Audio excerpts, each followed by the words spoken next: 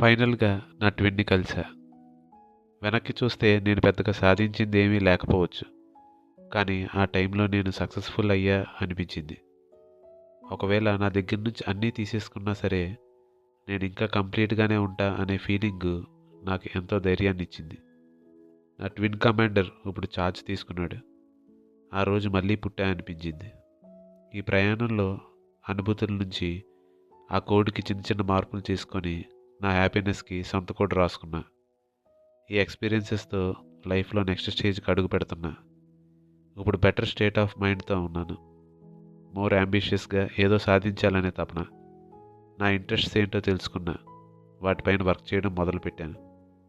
అన్ని aspects of లైఫ్లో సెక్యూర్గా feel అవ్వడం మొదలుపెట్టాను. నా బెస్ట్ అప్డేటెడ్ వర్షన్తో లైఫ్లో నెక్స్ట్ స్టేజ్కి అడుగు పెడుతున్నా.